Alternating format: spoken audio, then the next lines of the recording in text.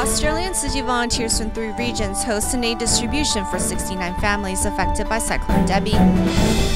We learn the benefits of bitter melon and see how it helps to lower blood sugar levels for diabetes patients and more. Welcome to DaAi Headlines. I'm Lee-Shioda. Thank you for joining us. In early April, Cyclone Debbie swept through eastern Australia. After the disaster, Tzu Chi volunteers in Australia helped residents clean up their homes. More recently, a 66-member team made up of Tzu Chi volunteers from the Gold Coast, Sydney and Brisbane traveled to New South Wales' Kong Dong along with the Royal Pacific Caravan Park, where they delivered aid supplies benefiting a total of 69 households. In early April, Cyclone Debbie brought devastation to eastern Australia, with many families affected by flooding. Tzu Chi volunteers from Australia's Gold Coast worked together to quickly prepare food and other supplies to help these victims. Some volunteers came from as far away as Taiwan to help these small communities in Australia. For the past few days, we have been working overtime to be able to finish this work, so I decided to rush over here. Here we see that 3 generations of one family have mobilized to help out. I've been helping beginning with the caravan park, and I'm also helping today. My job is to drive the truck and transport supplies. Is this my job? Yes, it is my mission.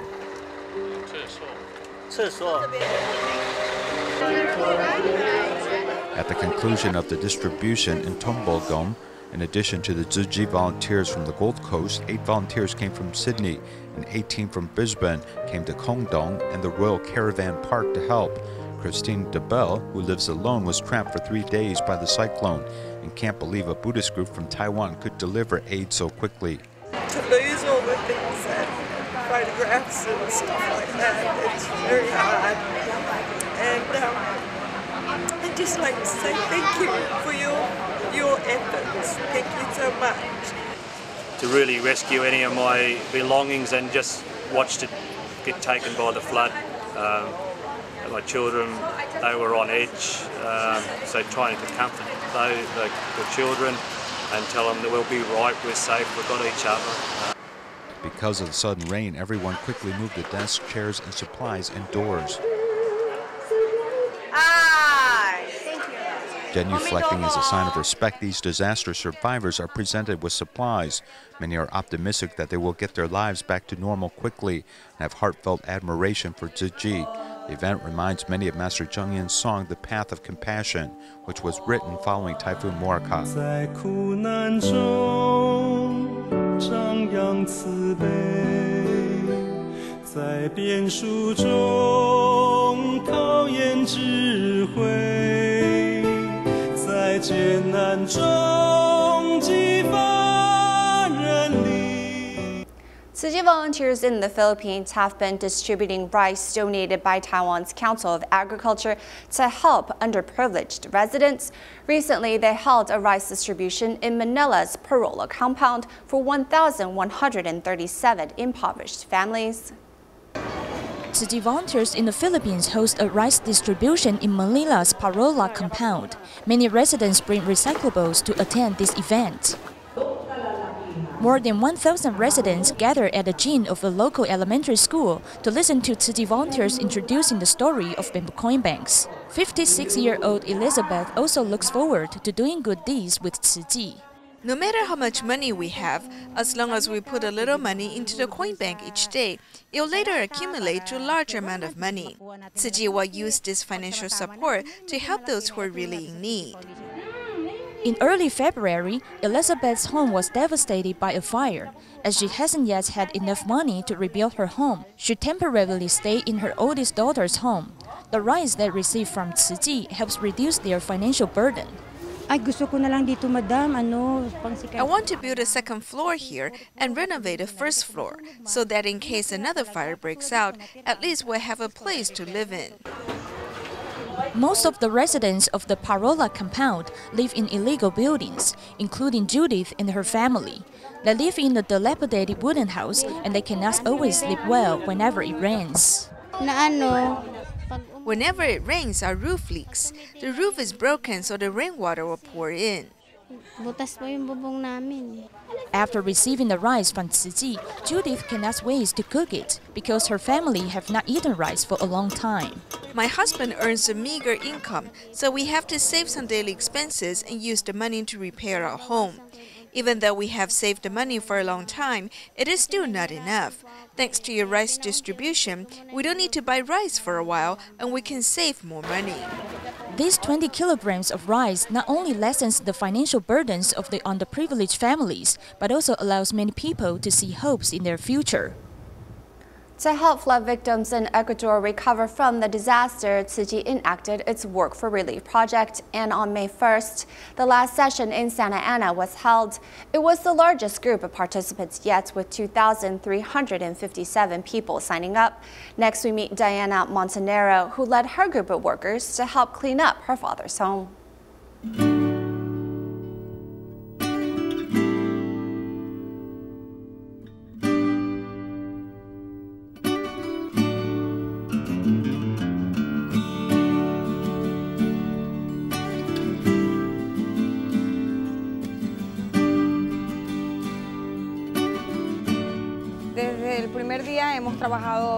From day one, we had a lot of work and a lot of people. We're doing this with love. We've cleaned many houses like this one. It's almost finished. This is the third day that Work for Relief participants have been here. Today is the last day. They have built an excellent bathroom and repaired the roof. This has been a very efficient cleaning effort. I love what I'm doing right now. We have a group of fantastic workers. I want to continue to help. I don't want this work to end. I wish this project can expand to the world over. I join it. Diana knows how to be a leader. Although she's small, she can delegate tasks. She tells them to do this for me, and you take care of this other thing. To me, cleaning my father's house is a marvelous experience. I used to work with the machete, but then I began repairing bicycles. Later I sold beverages and sweets on the side of the road. I bought some tools and I can fix anything. I built a little house of my own, and I'm continuing to work even though I'm 88. He's a hard worker. God gave him talents. He's self-taught. He taught himself how to play the bass, the violin, the guitar, and the gyro. I'm not the only one cleaning now. Everyone's here, and they're making everything beautiful.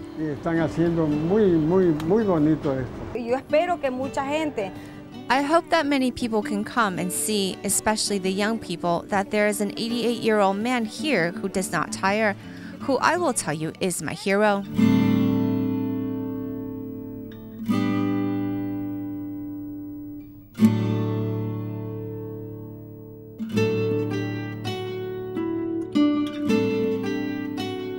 I would like to urge those who are already here to keep on their contribution with this.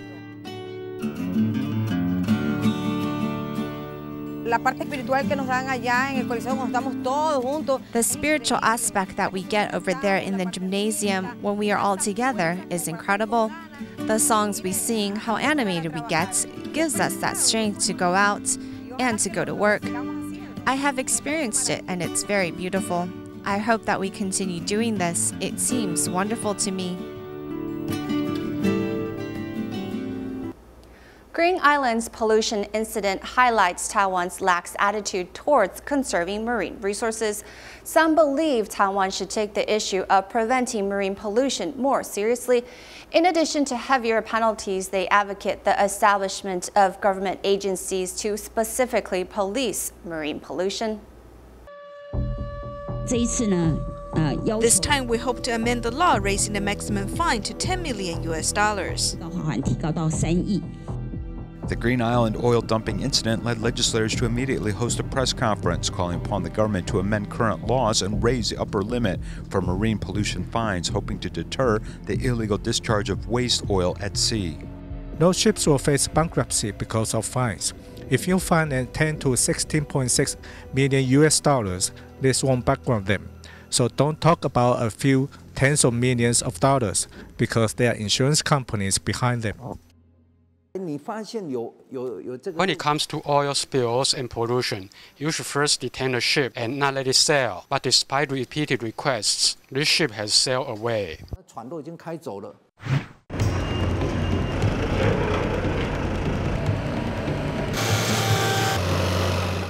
When large ships enter the port, they schedule special waste oil and water treatment tankers to arrive, as this work can't be sloppy.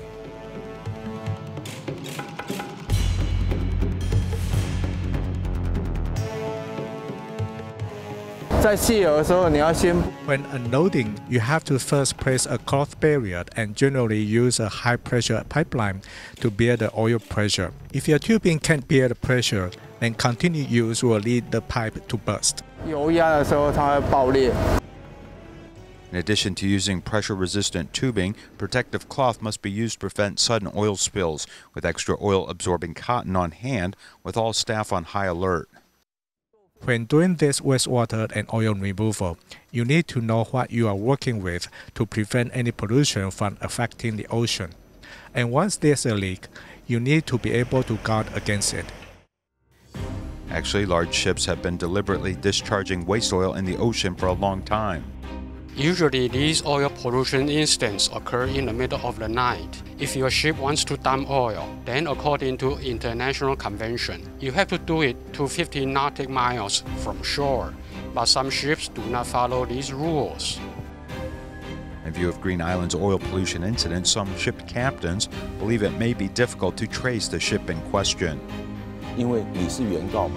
As a plaintiff, you may not have enough evidence, which has to be verified by an international third party, which may not consider it enough, and the evidence may even be stronger than ours. We should quickly set up an emergency oil pollution treatment center, which can not only prevent oil pollution, but also cope with other marine garbage. Veteran ship captains and experts believe that in addition to strengthening Taiwan's marine patrols and dedication to law enforcement, a special marine cleanup unit should be established, which could potentially work with neighboring countries to prevent illegal dumping of waste oil and other pollution.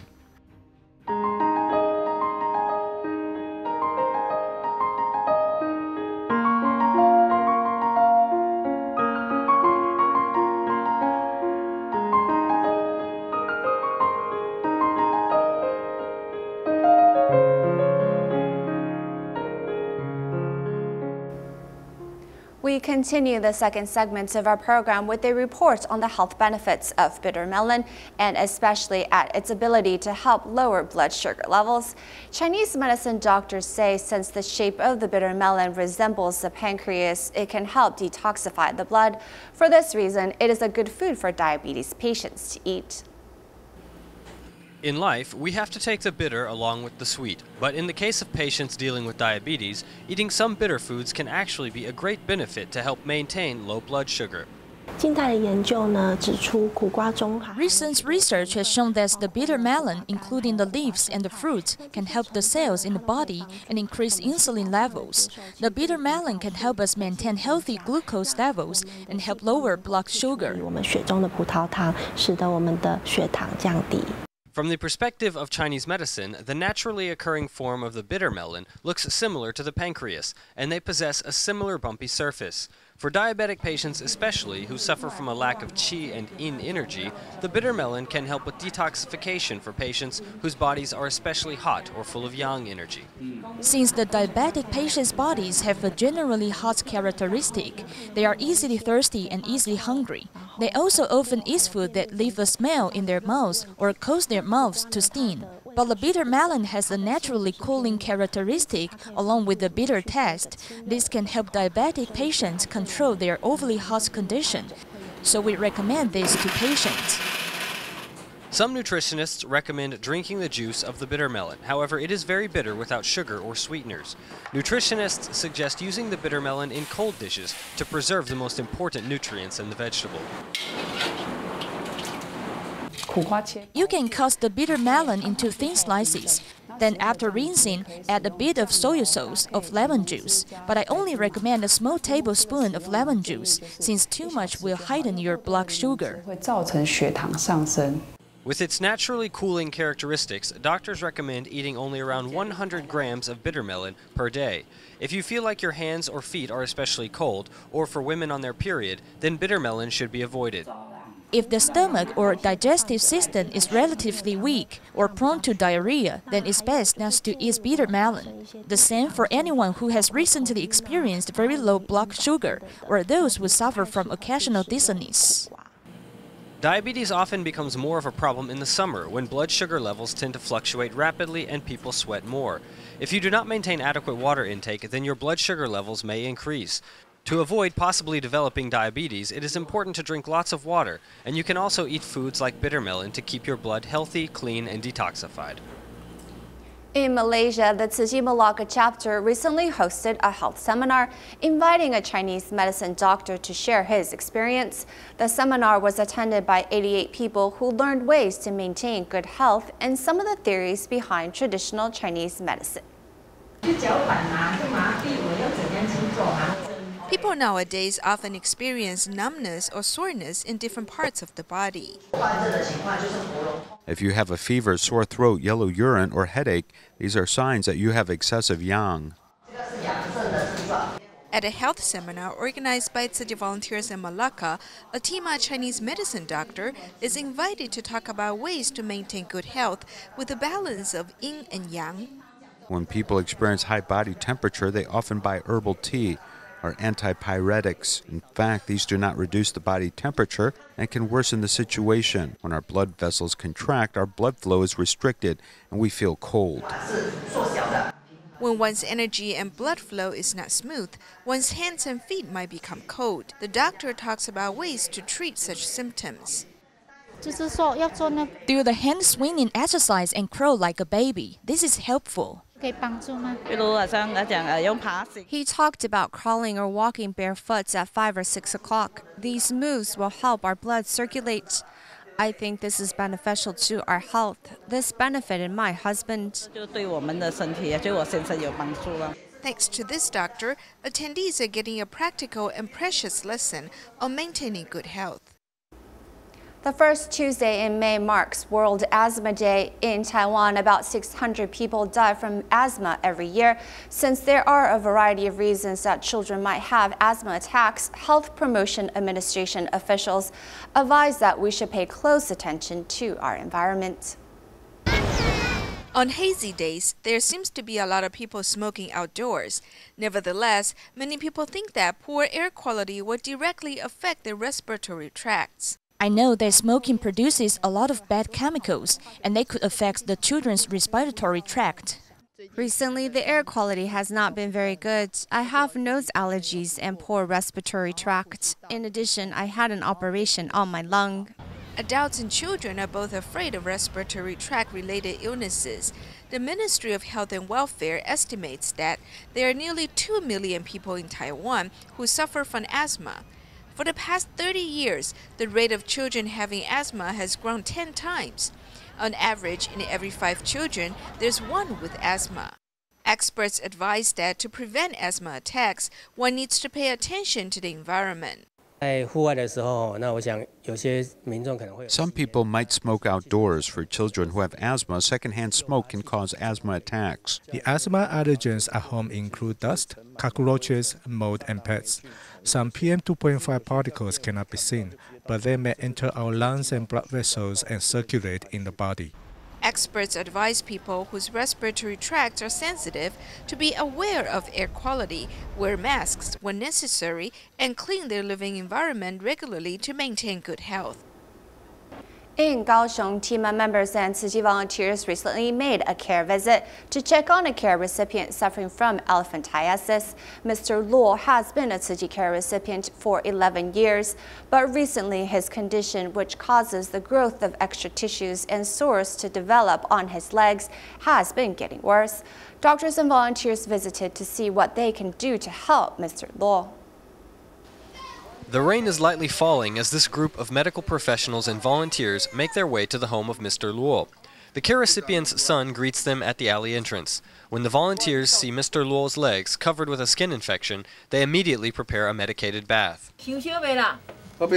After the foot bath, Dr. Ye Tianhao cleans up and examines his legs. The lower portions are covered with thick scar tissue and sores. Tzu Chi started looking after Mr. Luo 11 years ago. He suffers from a condition known as elephantiasis, which causes tissue fibrosis or the creation of excess tissue. Recently, Tzu Chi volunteers discovered his condition had worsened. We do a care visit once a month. Last time he said, "Sister, I've got warts growing all over my feet." I told him, "Okay, then I will help you contact Dr. Ye." Dr. Ye Tianhao began helping look after Mr. Luo in 2006. As soon as he heard about Mr. Luo's condition, he joined a team right away. Mr. Luo considers these volunteers like family. Making sure those in need get medical treatment is our primary job. Although Mr. Luo still suffers from his condition, every time the volunteers come to offer treatment, the pain in his legs is soothed and his heart is warmed. Volunteers and team of staff are happy to lift the spirits of care recipients like Mr. Luo. A prosthetic eye can help improve the appearance of people who have lost an eye due to injury or disease. A prosthetic eye is generally made of acrylics. In our next piece, we'll meet the most senior ocularist in Taiwan and see how he helps the visually impaired. Watching 27-year-old Junda using the treadmill, one can hardly tell that he's visually impaired. Wearing prosthetic eyes has given him energy and confidence. I started wearing them over 20 years ago. Since both my eyes have been removed, I wear them the way one wears contact lenses. I'm not wearing the entire round prosthetic eyes. Many people tell me, "Your eyes look beautiful." Trimming the hard acrylic model is just the first step in making a prosthetic eye, which is very challenging. Then one has to paint and draw the details such as the veins. Xu Mingfang, who has served at Taipei Chang'an Memorial Hospital for more than 30 years, is the most senior ocularist in Taiwan. He makes functional prosthetic eyes that look like real eyes. The benefit of wearing prosthetic eyes is that it fills the empty space so the wearer does not rub the eyelids. Therefore, after one wears it, there's less chance for infection. For people who have lost a single eye, they need to wear it even more, because his injured eye could affect the vision of the good eye. It takes about 5 hours to make a prosthetic eye, which costs about $460. For those with disability cards, the government subsidizes $330 every 5 years. A prosthetic eye, when used properly, can last for at least 3 years. We do not want them to take it out every day. Every time they remove it, they have to readjust to it, which could create more secretion. Just wipe clean the surface, remove and wash it every 2 weeks to a month. Every picture has a story to tell. Xu, who is 63, perseveres in making prosthetic eyes, so the visually impaired can live with better appearance and confidence. Chima Northern Taiwan chapter regularly visits the Genesis Social Welfare Foundation in Keelung to take care of their residents' dental problems. This most recent session, students from the Department of Oral Hygiene from Taipei Medical University also joined their service. We will leave you with these images at the end of the program. Thank you for joining us. We'll see you next time.